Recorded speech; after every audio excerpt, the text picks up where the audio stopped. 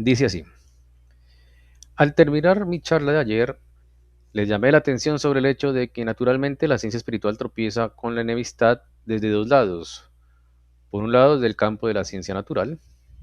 En efecto, toda la estructura, toda la configuración de la ciencia natural moderna se halla diseñada para que el estudiante que crea que, con base en ella, puede o debe construirse su concepción del mundo. Se verá impulsado hacia una concepción que, debido a su matiz materialista, forzosamente se encuentra en antagonismo con lo que pretende ser nuestra ciencia espiritual.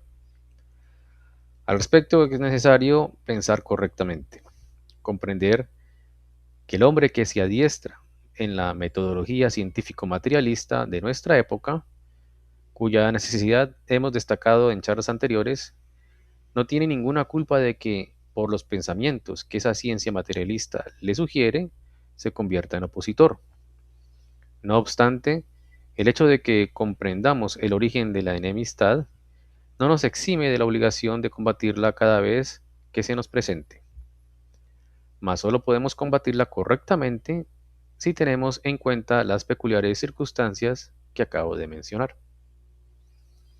Por otro lado, resulta, de una manera parecida, una enemistad que proviene de los representantes de las distintas agrupaciones religiosas. Así como la ideología científico-natural de la actualidad tiene interés en ocultar lo espiritual que se encuentra tras la naturaleza, del mismo modo la mayoría de las actuales representantes de las agrupaciones religiosas tienen interés en ocultar lo espiritual que se halla tras lo anímico. Insisto, de parte de la ciencia natural no puede surgir una ciencia espiritual porque se quiere mantener oculto lo espiritual tras la naturaleza. Por parte de las comunidades religiosas no se puede surgir una ciencia espiritual porque se quiere mantener oculto el espíritu tras las manifestaciones del alma. En ambos bandos pasa lo mismo. Siendo las comunidades religiosas como son, tendrán siempre a combatir lo que la ciencia espiritual saca a la luz pública, porque no tienen el interés en poner en evidencia el espíritu tras los fenómenos anímicos, sino ocultarlo. Esto hay que saberlo, pero otra vez lo menciono, no debe ser motivo para no hacer caso a los adversarios, sino para encontrar la actitud acertada frente a ellos. Es sumamente difícil hablar precisamente sobre este capítulo porque en el fondo se tocan verdades que cada uno debería descubrir por sí mismo, por lo que lee entre líneas en las obras científico-espirituales y lo que siente en las comunicaciones de la ciencia espiritual. En las realidades a que aludo subyace algo muy profundo, algo de mucha trascendencia. Por ciertas razones es peligroso avanzar sin más ni más de la superficie de la naturaleza hacia lo que se encuentra detrás de ella. Y por ser algo peligroso, existe aquello que aludí más o menos simbólicamente diciendo: las llamadas sociedades u órdenes secretas tienen en todas partes un ala derecha, a saber, los esotéricos que quieren conservar estrictamente el silencio sobre todo lo relacionado con los secretos superiores. Estas órdenes tienen todas ellas, pero repito que las expresiones son simbólicas, una ala derecha, un cierto partido del centro y una cierta izquierda, esta última siempre inclinada a publicar ciertas verdades del esoterismo. En cambio, los de a la derecha se oponen categóricamente a publicar algo que, según ellos, deben quedar guardado en las órdenes ocultas. Consideran peligroso que esa información caiga en manos de personas no preparadas o que sea públicamente representada por personas no suficientemente preparadas para esa representación. La dificultad de hablar sobre este tema estriba en que, en el momento de tocarlo, uno ya se ve en la necesidad de dar ciertas alusiones que ya casi equivalen a divulgación. Las órdenes ocultas que en mayor o menor grado, con o sin razón, creen que están guardando un conocimiento superior, seleccionan desde luego un método usando ciertas medidas de precaución en la difusión de su conocimiento real o pretendido. Tales órdenes tienen generalmente grados, 3 inferiores y 3 superiores. Por lo regular, los 3 grados inferiores no reciben el conocimiento de los graduados superiores, que los graduados superiores opinan que es peligroso en manos de personas no preparadas. En vez de ello, en los 3 grados inferiores, se procura revestir de toda clase de símbolos ese real o supuesto conocimiento, y ya hablé en la semana pasada de tales comunicaciones simbólicas. De esos símbolos, cabe decir lo siguiente. Esos símbolos, con tal de que hayan quedado fielmente conservados desde los tiempos pasados y no mutilados por toda clase de maquinaciones de ignorantes posteriores, representan para aquel que los penetra una forma de lenguaje que puede ser comprendido poco a poco, y cuando se entiende transmite cierto conocimiento. Con igual derecho se podría decir que esos símbolos equivalen a una comunicación sumamente cautelosa. No se sustenta el criterio egoísta de guardar los tesoros del saber dentro del círculo más estrecho.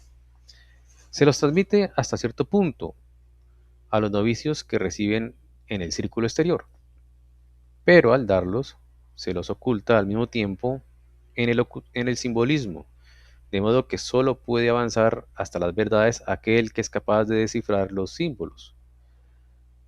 Hay órdenes, hay órdenes que vigilan estrictamente que no se den explicaciones teóricas de los símbolos, sino que solamente se los enseña o practica, de modo que propiamente todo aquel que quiere leerlos, como si fueran un lenguaje, tiene que acertar él mismo con su significado. No faltará quien pregunte, ¿es efectiva esa protección? ¿No llega el conocimiento a pesar de ella a manos impropias? Al menos hasta el siglo XIV o XV, las órdenes que trabajaban con el simbolismo sabían evitar que los conocimientos cayeran en manos indignas. Pero desde aquellos tiempos todo ha cambiado esencialmente. Enseguida explicaré por qué. Antes, sin embargo, quiero recalcar, en las órdenes ocultas fundadas antes de los siglos XIV, XV y XVI, los 3 grados inferiores a los que, como círculo más amplio, se daba el conocimiento en forma de símbolos, no podían hacer mal uso de él, precisamente porque no se daban más que símbolos, dejando todo lo demás a los que tenían que penetrarlos. Esto fue pues una protección porque la penetración de los símbolos requería cierto esfuerzo mental. Supóngase pues que alguien entró en un grado menor de una orden ocultista. Ahí recibió símbolos que fueron enseñados o practicados. Recibió solamente los símbolos, no recibió otra cosa, y dependió de dejar que ellos obraran sobre él cual si fueran fenómenos naturales. Si quería adelantar más, si quería averiguar el sentido secreto de los símbolos, tenía que emprender una investigación, es decir, aplicar una fuerza mental. Si se le hubiera ayudado, no habría tenido necesidad de aplicarla, pero no se le ayudaba. Él mismo, por propio impulso, tenía que aplicar esa fuerza mental y la gastaba en descifrar los símbolos. ¿Cuál es esa fuerza mental que él necesitaba para descifrar los símbolos? Es la misma que, de haberlo utilizado, no para descifrar los símbolos, sino para penetrar en los fenómenos de la naturaleza, le habría servido para hacerse hombre astuto. Habría utilizado ciertas facultades al servicio de algo en lo cual no hubiera debido utilizarlas. Era pues obligación del simbolismo procurar que fuerzas potencialmente peligrosas se desviaran hacia el desciframiento de los símbolos y no causaran daño. Luego hay que tener en cuenta que la naturaleza humana tiene la propensión a interpretar esos símbolos en cuanto a su significado moral. Efectivamente, se solía disponerlos de manera que provocaran semejante enfoque moral. Si se contemplan los fenómenos naturales, no se los puede contemplar moralmente. No se puede juzgar según normas morales. Una azucena en floración, hay que proceder con total objetividad al margen de cualquier simpatía o antipatía. No así los símbolos. Ellos suscitan sentimientos morales. Y estos sentimientos morales que surgen en el alma con la contemplación de los símbolos eran apropiados para contrarrestar la mística enfermiza en el alma. Así incluso quedaba desviada la fuerza de la mística enfermiza gracias a los efectos internos de la impresión de los símbolos. El símbolo tenía, pues, sus magníficas razones. Pero en los siglos XIV, XV y XVI en adelante, esas razones ya no surten efecto, ya no se pueden justificar. De ahí que las órdenes ocultas de hoy ya no tienen la importancia que tenían en aquellos tiempos. Incluso se han convertido en sociedades que siguen los más diversos propósitos, toda clase de fines particulares. Han degenerado en círculos para el cultivo de ciertas vanidades y cosas por el estilo. A menudo ya no cobijan conocimientos especiales, sino a lo sumo un formalismo hueco. El que esto sea así se debe en amplia medida al progreso científico natural, desde los tiempos de Galileo, Copérnico, etc. El advenimiento y cultivo de los métodos científicos naturales trae consigo que el alma humana va perdiendo la posibilidad de dedicarse al simbolismo con el fervor de antes. En realidad, todos los símbolos son apropiados para hacer ver lo espiritual de la naturaleza. En cambio, la ciencia natural, con sus métodos materialistas, que ya llegó a su cúspide en el siglo XIX, influye en el alma humana de manera que pierda el interés por aquello que aluden los símbolos. Esta pérdida de interés se patentiza en que aquel que cree poder elegir su concepción del mundo partiendo de las ciencias naturales ya no tiene verdadera inclinación de ocuparse del simbolismo con toda dignidad y seriedad. Este desarrollo ha dado origen a un fenómeno que hoy se nos muestra en todo su alcance. Bueno, muy bien, no sé si tengan algún comentario, pregunta o sigo leyendo.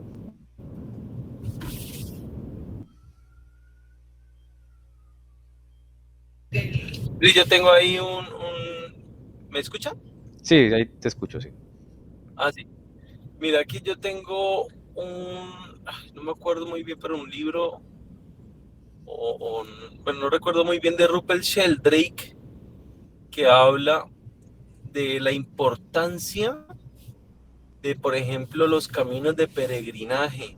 Y habla, por ejemplo, ahí de los rituales, pero de rituales, por ejemplo, en la Iglesia Católica, que digamos, que el ritual, por ejemplo, en la Eucaristía o demás, por ejemplo, lo que aparece como, por ejemplo, en las catedrales o los caminos de peregrinaje, eso tienen un impulso importante. ¿A eso se está refiriendo Steiner? Buena pregunta. A ver, creo que son dos cosas diferentes.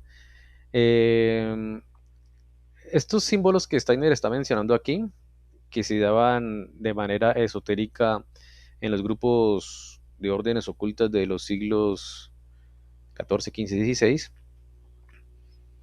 son símbolos que no tienen por qué estar públicos, no tienen que estar erigidos en catedrales, en sinagogas, en templos o en ciertos sitios de peregrinación, porque precisamente son símbolos ocultos, secretos.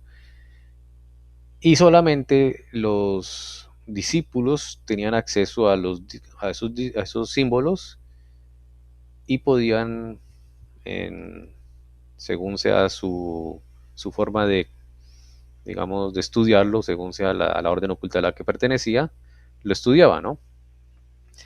Entonces son símbolos diferentes, porque los de las peregrinaciones son para todo el público y no tienen ese propósito de esos símbolos que eran dados en las órdenes secretas, eh, y son otros tiempos, ¿no? Por ejemplo, en otro ciclo de conferencias, Steiner habla de un símbolo que era secreto y que se lo daba a los que pertenecían a una escuela oculta de Grecia, bueno, no de Grecia, del Imperio griego antes de Cristo, en Alejandría, un grupo esotérico en Alejandría, y tenían que estudiar el símbolo de, de la estrella de cinco puntas y esa estrella de 5 puntas a su vez estaba dentro de un pentágono.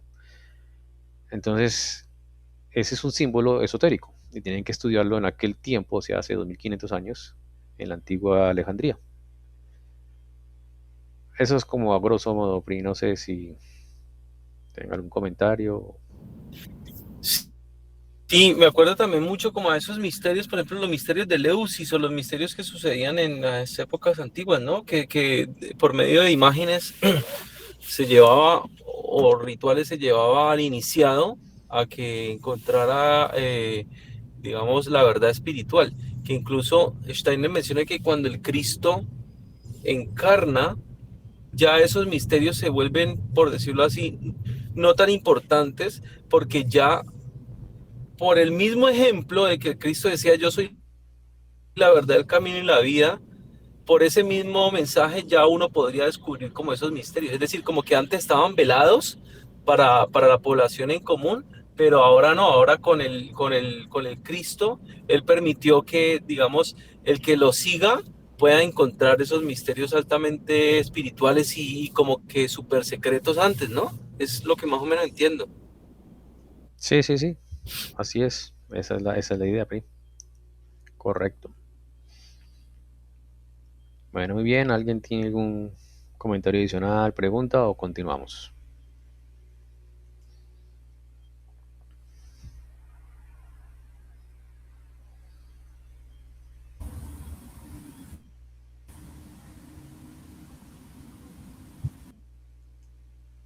Continuamos.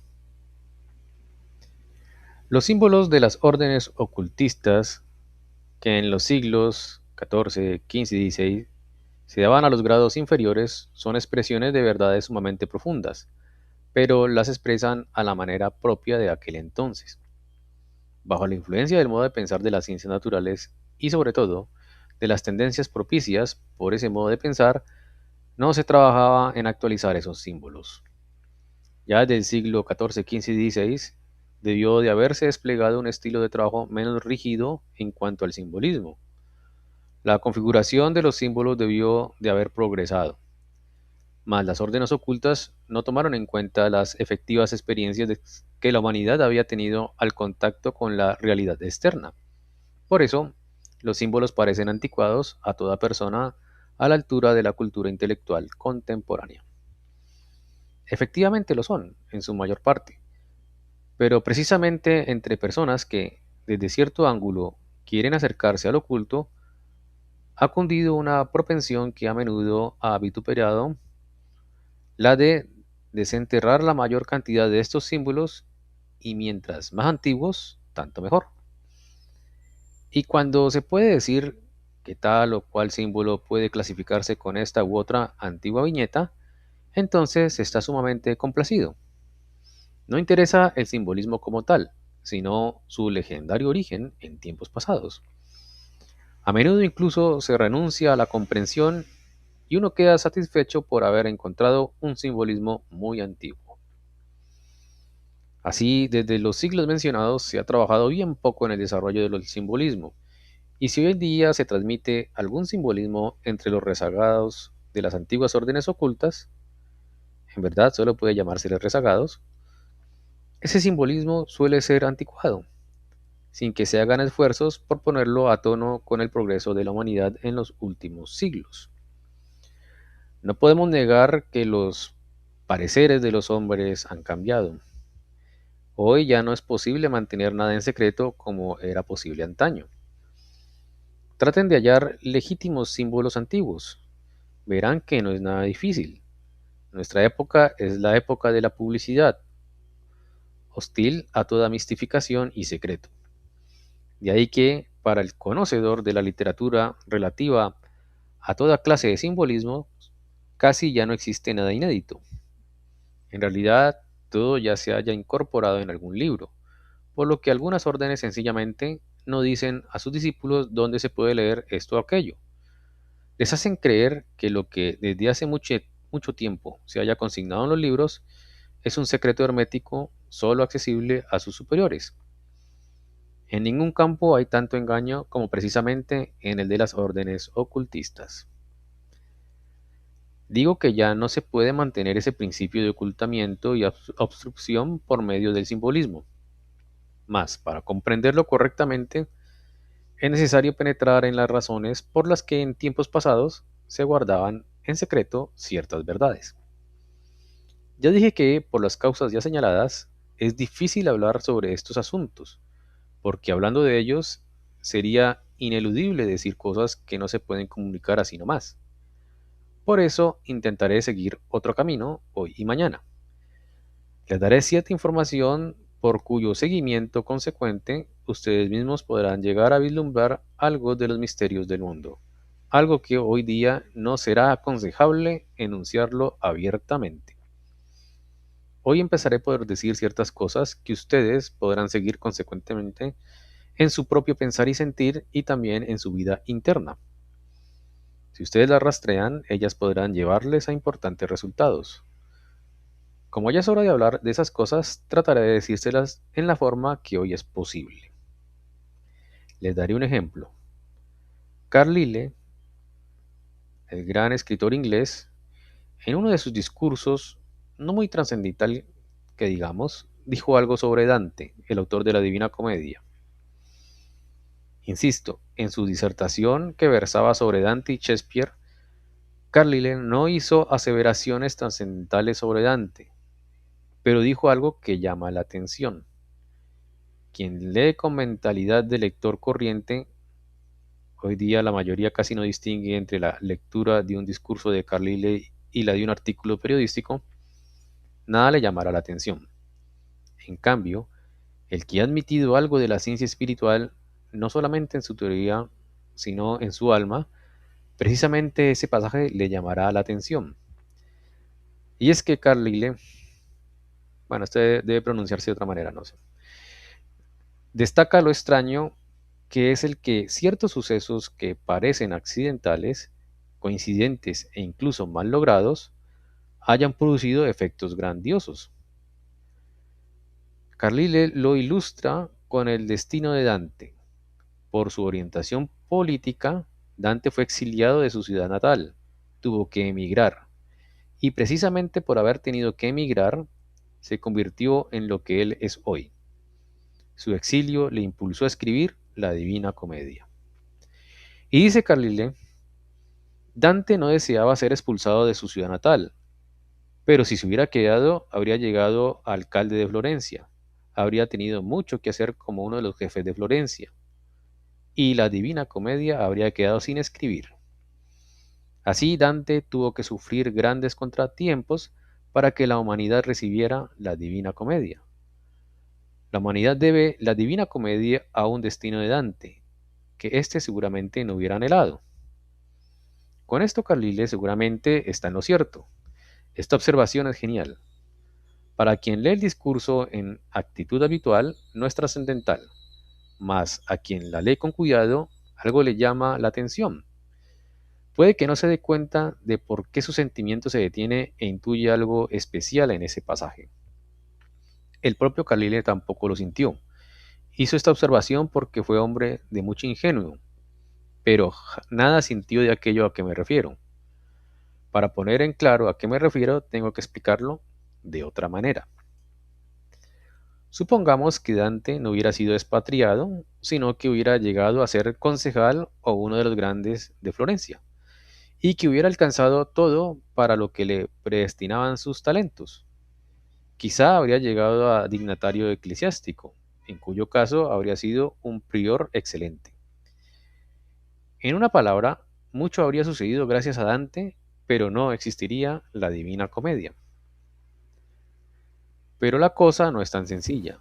Supongamos que Dante hubiera realmente logrado su meta, que no hubiera sido desarraigado de Florencia, que hubiera sido uno de los grandes de la iglesia o del municipio, funciones muy parecidas en cuanto a su repercusión pública.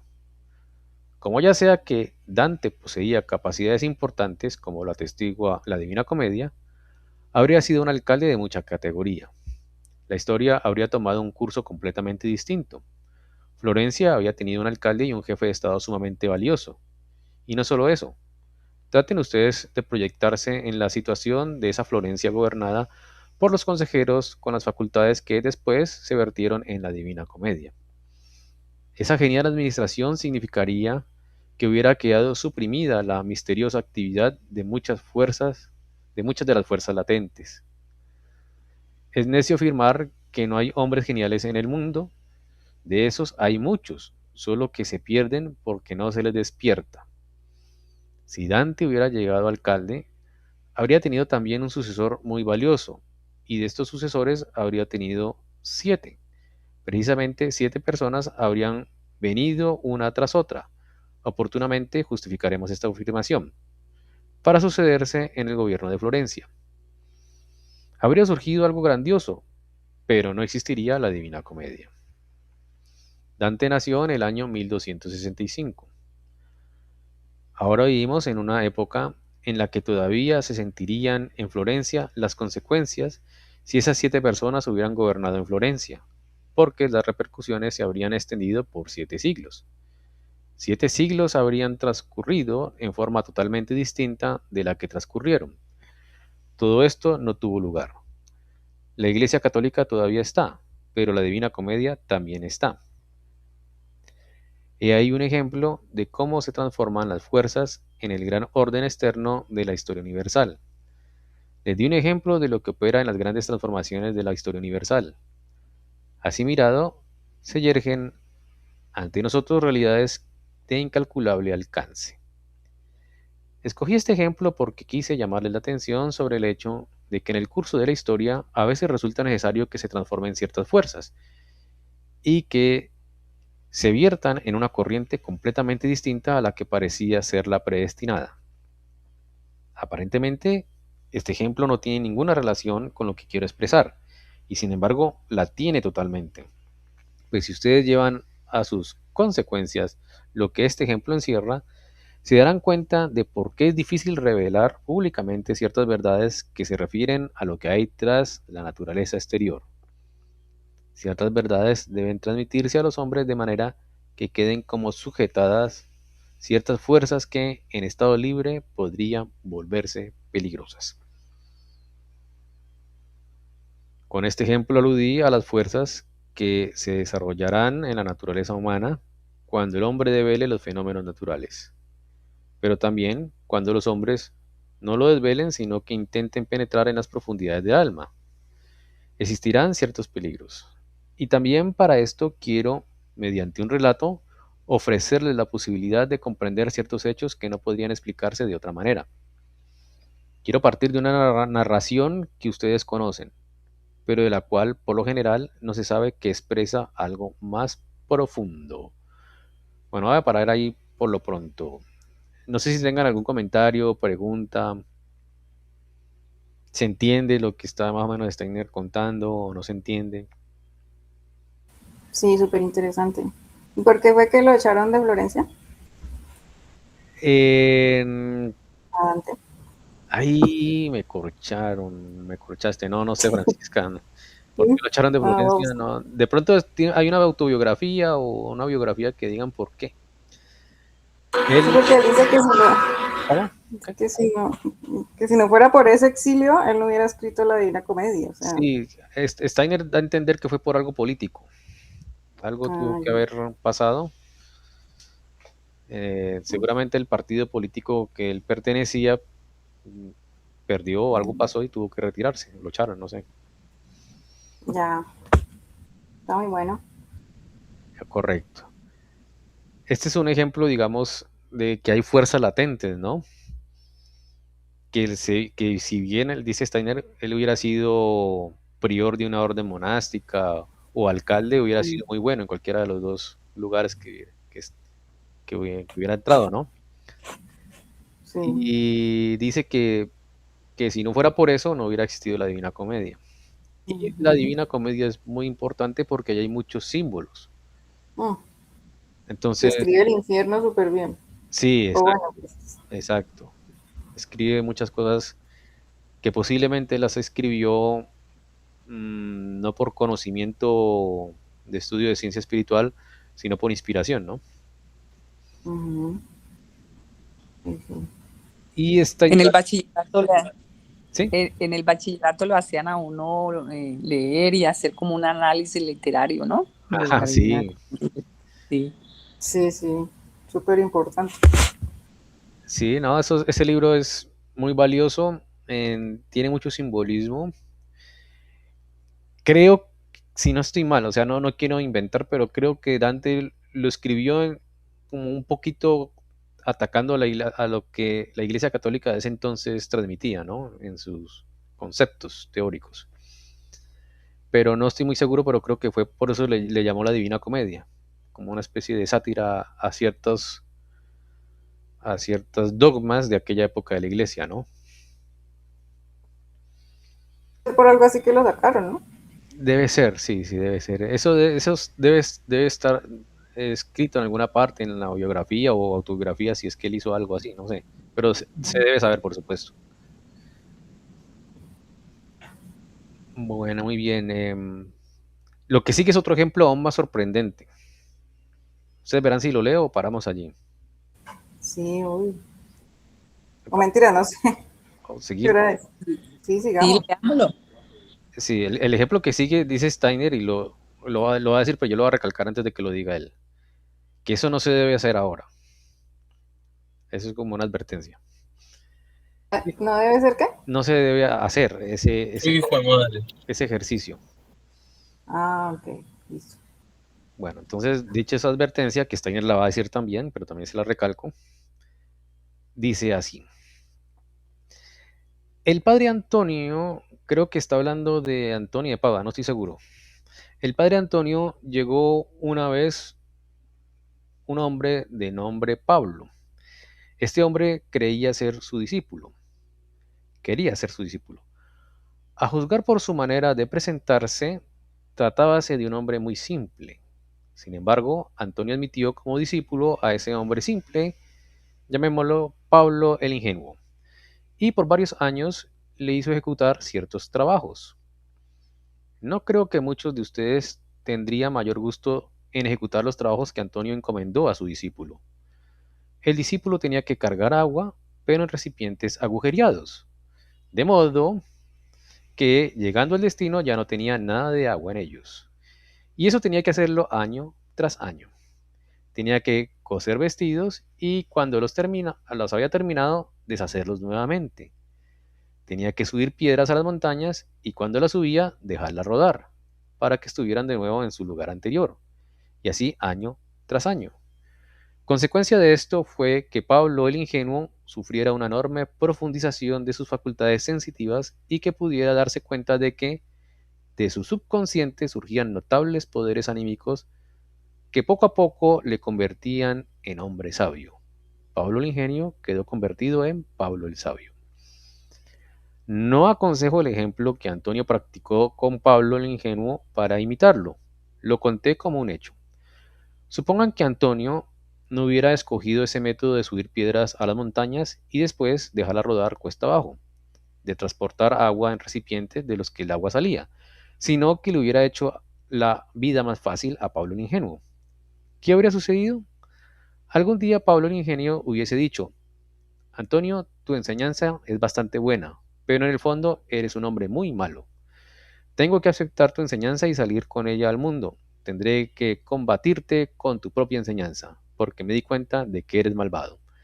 Y además no me cumples aquello a que tengo derecho a aspirar. Me prometiste que después de cierto tiempo me explicarás que desde el principio mi candidez era tan solo aparente, y que cuando llegué contigo ya estaba yo mucho más adelantado.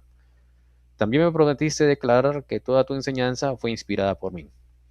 A tales aseveraciones habría podido llegar el discípulo, pero quedó a salvo gracias al método utilizado por Antonio, método que, como dije antes, hoy día ya no se puede aplicar sin más, sin excluir la posibilidad de que su aplicación a cierto tipo de personas podría rendir frutos bastante buenos.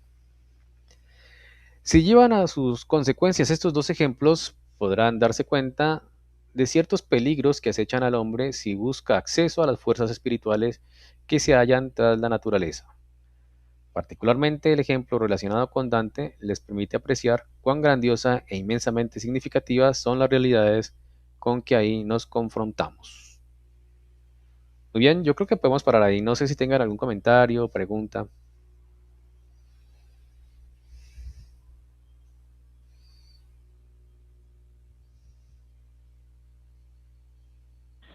Sí, yo creo que podemos dejar ahí. Vale, me alegra mucho. Ah, antes de que me olvide, ya como que los que estamos aquí estamos firmes por la patria, entonces les voy a mandar un videito, Eso. ¿sí? Listo. Se les voy a mandar Eso. Muy por... bien. A ver qué hacemos. Estoy pensando. Bueno, al grupo del WhatsApp, pero también lo voy a dejar aquí en el video, en el resumen del YouTube Al de WhatsApp, casi. al de WhatsApp. Listo, listo, listo. Perfecto. Pero también lo voy a dejar de recuerdo Listo. en el astral Dale. del video del YouTube.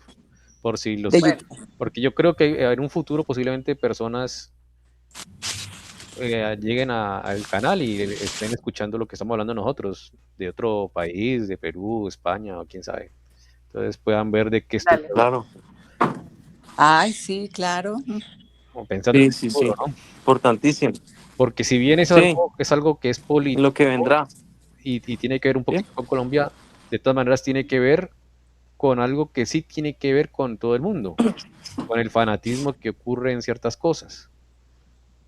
Entonces es bueno extrapolar eso, que es en este momento para Colombia, servirá para muchas oportunidades en otras partes del mundo, ¿no? Sí, muy importante. Claro.